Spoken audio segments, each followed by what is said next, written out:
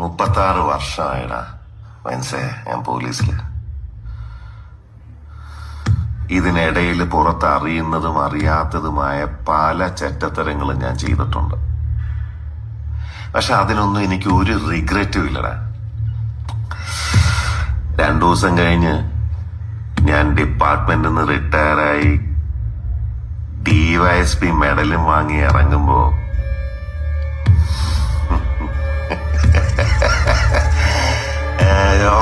പഴയ ജോർ സാറ് തന്നെയാണ്. നീ ആരെയാണ് ഈ പേടിപ്പിക്കുന്നേ എന്നെ?